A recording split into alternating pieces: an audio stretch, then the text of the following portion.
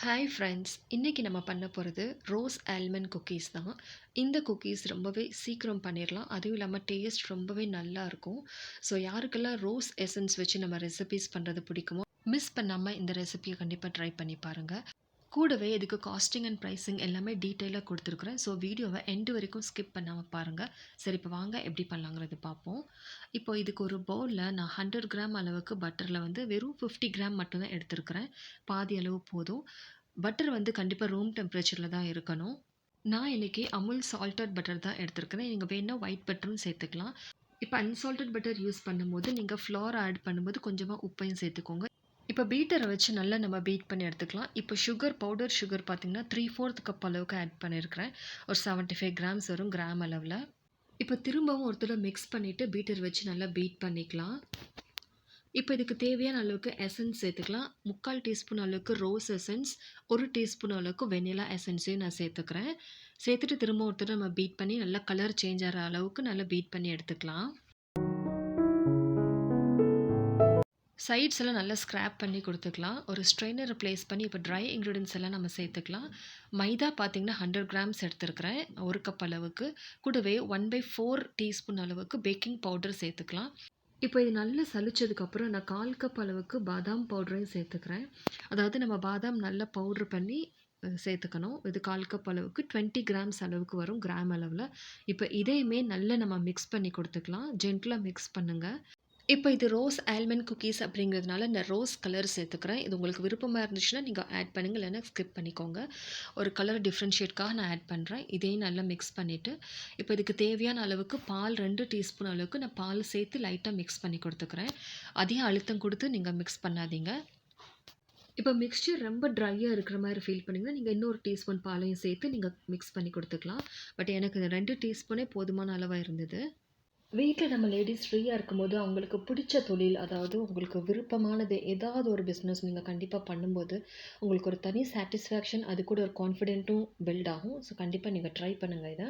So இப்போ வாங்க, நம்ம டோ நல்ல ஒரு கரெக்டான கன்சிஸ்டன்சி கிடச்சிருக்கு. ஸோ ரொம்பவும் சாஃப்டாக இல்லை, ரொம்பவும் ஹார்டாக இல்லை, இதுதான் பர்ஃபெக்டான கன்சிஸ்டன்சி. ஸோ இதே மாதிரி வந்ததுக்கப்புறம் ஒரு ஸ்பூனை வச்சு கரெக்டான ஈக்குவல் ஒரு அளவுக்காக இந்த ஸ்பூன் எடுத்து நான் ஷேப் பண்ணியிருக்கிறேன். இது நல்ல பால்ஸ் மாதிரி நம்ம உருட்டி எடுத்துக்கலாம். இப்படி பண்ணும்போது நம்ம குக்கீஸ் எல்லாம் ஈவன் ஷேப்பில் கிடைக்கும். ஸோ பார்க்குறதுக்கும் நல்லா அழகாக இருக்கும். வெயிட்டுமே நமக்கு ஈக்குவல் அமௌண்ட்டில் வரும். நம்ம செல்லிங் பர்பஸ்க்காக பண்ணும்போது இது ரொம்பவே ஹெல்ப்ஃபுல்லாக இருக்கும். ஸோ இதே மாதிரி பண்ணிவிட்டு நடுவில் ஒரு ப்ரெஸ் கொடுத்துட்டு அதுக்கு மேலே நான் ஒரே ஒரு ஆல்மண்ட் கட் பண்ணி வச்சுருக்கிறேன். ஏன்னா இது ஆல்மண்ட் ரோஸ் குக்கீஸ் அப்படிங்கிறதுனால. ஸோ இதே மாதிரி எல்லாமே ரெடி பண்ணிவிட்டு ஒரு பேக்கிங் ட்ரேயில் பார்ச்மெண்ட் பேப்பர் நான் ப்ளேஸ் பண்ணிவிட்டு எல்லாமே செட் பண்ணி வச்சுருக்கிறேன்.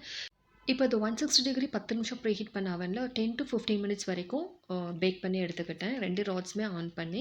இப்போ நம்ம பேக் பண்ண குக்கீஸ் பார்த்திங்கன்னா சூப்பராக ரெடியாகி வந்திருக்கு. அது சைஸுமே நல்லா இன்க்ரீஸ் ஆகி கிடச்சிருக்கு. இப்போ இது நல்லா கூல் டவுன் பண்ணதுக்கப்புறம் தான் நம்ம ஏர்டைட் கண்டெய்னர் ஸ்டோர் பண்ணி வைக்கணும். இது ரொம்ப முக்கியமான பாயிண்ட் ஃப்ரெண்ட்ஸ். இல்லைன்னா சாகி ஆகிடும் நம்ம குக்கீஸ் எல்லாம். உள்ள டெக்ஸ்சர் பார்த்திங்கன்னா சூப்பராக இருந்துச்சு. டேஸ்ட்டுமே அருமையாக இருந்துச்சு. சரி, இப்போ வாங்க இதை வெயிட் பண்ணி பார்த்துக்கலாம். இப்போ ஒரு வெயிங் ஸ்கேல் யூஸ் பண்ணி நம்ம வெயிட் பண்ணி பார்த்துக்கலாம். இப்போ நம்ம குக்கீஸ் பார்த்திங்கன்னா இப்போ ஒரு குக்கீஸோட அளவு பார்த்திங்கன்னா எனக்கு 15 to 16 கிராம்ஸ் அளவுக்கு வந்தது.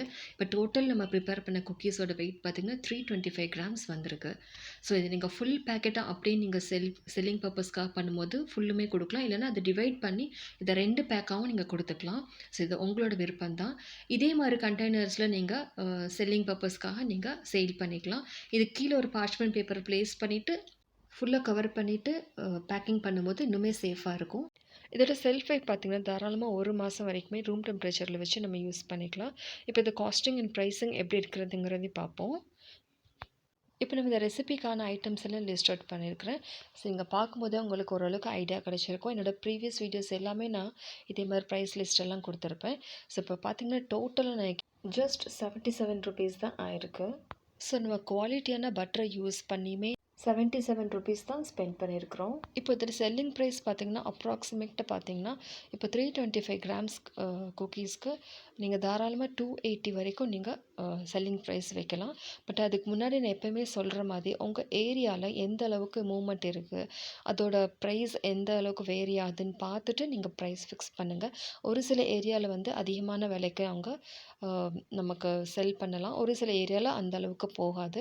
ஸோ அதையுமே நீங்க பார்த்து தான் நீங்க குடுக்கணும். அதுவும் இல்லாம இது கூடவே உங்களுக்கு நீங்க பேக் பண்ணி குடுக்குற அந்த கண்டெய்னர்ஸையும் இதில சேர்த்துக்கோங்க. ஃபார் எக்ஸாம்பிள் பார்த்தீங்கன்னா, உங்க கண்டெய்னர் பிரைஸ் வந்து ₹10 உங்க காஸ்ட்ட வந்து 87 அப்படின்னு ஆட் பண்ணிக்கோங்க. ஸோ நம்ம ப்ராஃபிட்காக நம்ம குவாலிட்டிய எப்பயுமே நம்ம விட்டுக் கொடுக்கக்கூடாது. கண்டிப்பா நம்ம குவாலிட்டி மெயின்டெயின் பண்ணா தான் நமக்கு கஸ்டமர்ஸ் கிடைப்பாங்க. ஐ ஹோப் இந்த ரெசிபி உங்களுக்கு யூஸ்ஃபுல்லா இருக்கும்னு நம்புறேன் ஃப்ரெண்ட்ஸ். கண்டிப்பா உங்க சப்போர்ட் எனக்கு குடுங்க. நெறைய பேர் பார்க்குறீங்க, பட் லைக் பண்ண மாட்டேன்றீங்க. லைக் பண்ணி சப்ஸ்கிரைப் பண்ணி வச்சுக்கோங்க. உங்களுக்கு இந்த வீடியோ பிடிச்சிருந்தா ஜஸ்ட் கமெண்ட் செக்ஷன்ல ஒரு ஸ்மைலியோ இல்ல ஹார்ட் மட்டும் குடுத்தாலே எனக்கு ரொம்ப மோட்டிவேஷனா இருக்கும். ஓகே ஃப்ரெண்ட்ஸ், நெக்ஸ்ட் வீடியோல பார்ப்போம். தேங்க்ஸ் ஃபார் வாட்சிங்.